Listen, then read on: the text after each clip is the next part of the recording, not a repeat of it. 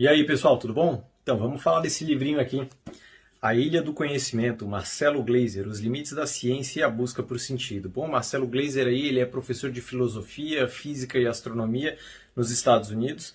Ele é bastante famoso aí porque ele já fez até mesmo uma série no Fantástico sobre astronomia, né? Ele remete um pouco ao Carl Sagan nesse sentido de ser divulgador científico. E nesse livro aqui ele se propõe a falar da ideia que ele chama de Ilha do Conhecimento, né? Que é essa ideia de que nós vivemos numa ilha e conforme nós exploramos essa ilha, nós conseguimos ampliar o nosso conhecimento, mas também aumenta a costa, né? O horizonte do qual nós enxergamos o desconhecido, da qual ele chama de oceano de desconhecido. Eu confesso que quando eu comecei a ler o livro eu pensei que era uma coisa, uma pegada estilo Mundo Assombrado pelos Demônios, do Carl Sagan, só que no meio do livro ele começa a se transformar um pouco em história da física, né? Eu leria aqui os capítulos, porque o livro é dividido em 3 partes, mas eu leria os capítulos só para vocês terem uma ideia de como como os assuntos vão se transformando ao longo do livro. Parte 1. A origem do mundo e a natureza dos céus. Primeiro capítulo. Temos que acreditar, onde exploramos o papel da crença e da extrapolação na religião e na criatividade científica. 2. Além do espaço e do tempo, onde exploramos como as diferentes religiões confrontam a questão da origem de todas as coisas.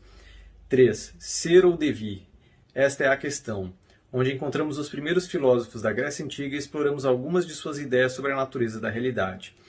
Lições do sonho de Platão, onde exploramos as considerações de Platão e Aristóteles sobre as questões da primeira causa e dos limites do conhecimento.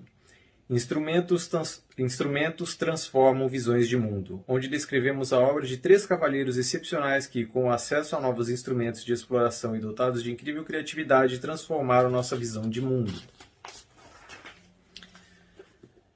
Despedaçando a redoma celeste, onde exploramos o gênio de Isaac Newton e sua física, emblema do intelecto humano. A ciência como a grande narrativa da natureza, onde argumentamos que a ciência é uma construção humana cujo imenso poder vem de sua abrangência e flexibilidade. A plasticidade do espaço, onde exploramos as teorias da relatividade especial e geral de Einstein e suas implicações para a nossa compreensão do espaço e do tempo. O universo inquieto, onde exploramos a expansão do universo e o aparecimento de uma singularidade na origem do tempo. O agora não existe, onde argumentamos que a noção do agora é uma fabricação do aparato cognitivo humano. Cegueira cósmica, onde exploramos o conceito de horizonte cósmico e como ele limita o que podemos conhecer do universo. Dividindo infinitos, onde iniciamos nossa exploração do infinito e sua aplicação à cosmologia. Rolando ladeira abaixo, onde explicamos a energia do vácuo falso, sua relação com o bóson de Higgs e como pode alimentar a aceleração da expansão cósmica. Contando o universo, onde introduzimos o conceito de multiverso e exploramos suas implicações físicas e metafísicas. Interlúdio, um passeio pelo Vale das Cordas, onde discutimos a teoria de supercordas, suas previsões e implicações antrópicas. Será que o multiverso pode ser detectado? Onde exploramos se o multiverso é uma teoria física ou mera fantasia. Essa é a primeira parte, esses são os 16 primeiros capítulos. E como vocês podem ver, ele começa falando ali um pouco sobre pensamento científico, né, essa ideia de ilha do conhecimento. Depois ele começa a falar das religiões, né, como isso influenciou os grandes pensadores gregos também, né, como o pensamento deles foi influenciando os pensadores subsequentes. Até que ele começa a falar das reviravoltas na física. Né? Então ele começa a falar ali do Johannes Kepler, do próprio Isaac Newton, ele chega no Einstein, ele começa a falar um pouco de física quântica, e daí ele começa a falar ali dos multiversos, ele começa a discutir tudo isso, ele fala do bóson de Higgs, né, a energia do vácuo falso. Então ele começa a aprofundar nessas questões físicas, isso é só a primeira parte do livro. Bom, e aí ele entra na segunda parte aqui do livro, onde é da pedra filosofal ao átomo, a natureza elusiva da realidade. Tudo flutua no nada, onde exploramos as ideias gregas sobre o atomismo. Admirável força e eficácia da arte e da natureza, onde visitamos o mundo da alquimia, vista como uma exploração metodológica e espiritual dos poderes ocultos da matéria. A natureza elusiva do calor, onde exploramos o flogisto e o calórico, substâncias bizarras propostas para explicar a natureza do calor e como as mesmas foram descartadas. A misteriosa luz, onde exploramos como as misteriosas propriedades da luz inspiraram as 2 revoluções da física no início do século XX. Aprendendo a aceitar, onde iniciamos nossa exploração da física quântica e como ela impõe limites ao quanto podemos saber sobre o mundo.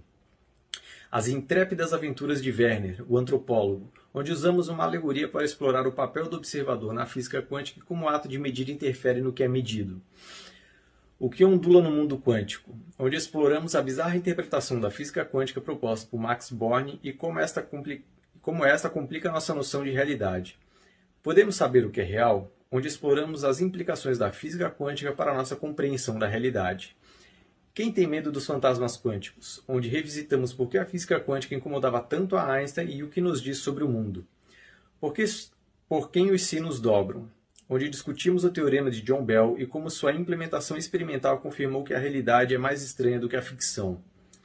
A mente e o mundo quântico, onde examinamos se a mente humana tem algum papel no mundo quântico. De volta ao começo, onde tentamos interpretar o enigma quântico. Então, nessa segunda parte aqui, ele começa desde as primeiras ideias do átomo, né, o atomismo, como é que era essa ideia de ter uma partícula, a menor partícula de todas, e como isso foi se desenvolvendo ao longo da história, né? Como nós achávamos que o átomo era a menor partícula, mesmo sem nunca ter visto, e de repente chegaram aos prótons, elétrons, nêutrons, e de repente começaram a chegar em partículas ainda menores, né, os quarks e tudo mais, e até chegar na ideia da física quântica. E aí aqui ele discorre muito sobre a física quântica, diversas teorias da física quântica. Ele mostra como é um negócio bastante complicado, como tem muita teoria, e principalmente sobre a questão de que muitas dessas coisas nós não temos necessariamente como testar, até mesmo quando ele fala do multiverso, né? A nossa percepção ela é limitada, então provavelmente o que nós temos como conhecer do mundo também será limitado. Nós temos como ampliar o nosso conhecimento, mas em algum momento nós chegaremos no fim, porque nós não temos como enxergar além daquilo. E a terceira e última parte do livro aqui, que é a menor, a mente e a busca por sentido, sobre as leis dos homens e as leis da natureza, onde discutimos se a matemática é uma descoberta ou uma invenção e por que isso importa. Incompletude, onde exploramos brevemente as incríveis ideias de Kurt Gödel e Alan Turing. Sonhos sinistros de máquinas transhumanas ou o mundo como informação, onde examinamos se o mundo é informação, a natureza da consciência e se o que chamamos de realidade não passa de uma simulação. Veneração e significado, onde refletimos sobre o desejo de saber e a condição humana. Pô, e nessa terceira parte aqui é meio que como se fosse um fechamento, e daí ele começa a trazer um pouco dessa questão de realidade, né? Se isso não é simplesmente uma simulação. E aí ele traz a ideia, por exemplo, do jogo The Sims, né?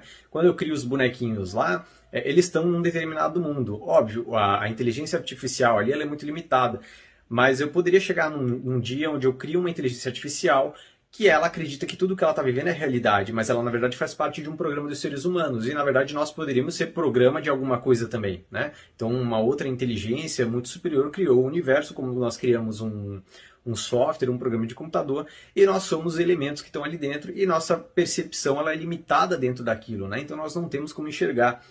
Então ele traz muito disso, mas ele mostra principalmente que essa questão do ser humano, da ciência, não pode ser visto como uma visão derrotista, né? Do tipo, bom, a ciência ela é limitada, ela tem seus problemas, existem coisas que nós nunca saberemos, isso não pode ser visto como uma visão derrotista, né? E simplesmente como uma visão da realidade humana, porque a ciência é uma criação humana também. Então ela é limitada assim como nós somos, e reconhecer as nossas próprias limitações é um dos maiores valores que a ciência tem, né? De reconhecer o próprio erro e a partir disso conseguir reformular novas teorias, rever as coisas que nós acreditávamos antes e começar a enxergar o mundo de uma forma diferente. Bom, então como eu falei para vocês no início do vídeo, eu comecei a ler o livro achando que era uma coisa e o livro se transforma. Ele aborda muito essas questões da história da física, das teorias, a física quântica que ele discorre por muitos capítulos. Chega a ficar um pouquinho pesado, assim, tem bastante informação. Óbvio, ele tenta simplificar o máximo possível para poder explicar isso, mas quem não é da área terá dificuldade igual. Teve alguns momentos aqui que eu também fiquei meio perdido, não entendi muitas coisas, mas é um livro interessante. Só que fica difícil recomendar o livro para todo mundo, porque nem todo mundo aí se interessa por física, física quântica, as teorias. Quem gosta muito das ideias de mundo quântico e não sei o que, e acredita em esse monte de baboseira quântica que vendem hoje, eu recomendaria o livro para poder entender o que é física quântica de fato, né? Mas para as demais pessoas é só para quem realmente gosta de física, de história da física e tudo mais. O livro aqui ele não é muito grande, tá? Mas como eu falei, é um livro que tem bastante conteúdo e uma hora começa a ficar pesado. Eu até demorei um pouquinho mais do que o normal para ler ele, porque eu ficava cansado, não conseguia ler muitos capítulos de uma vez só. Então fica aí a recomendação, principalmente para quem gosta de física.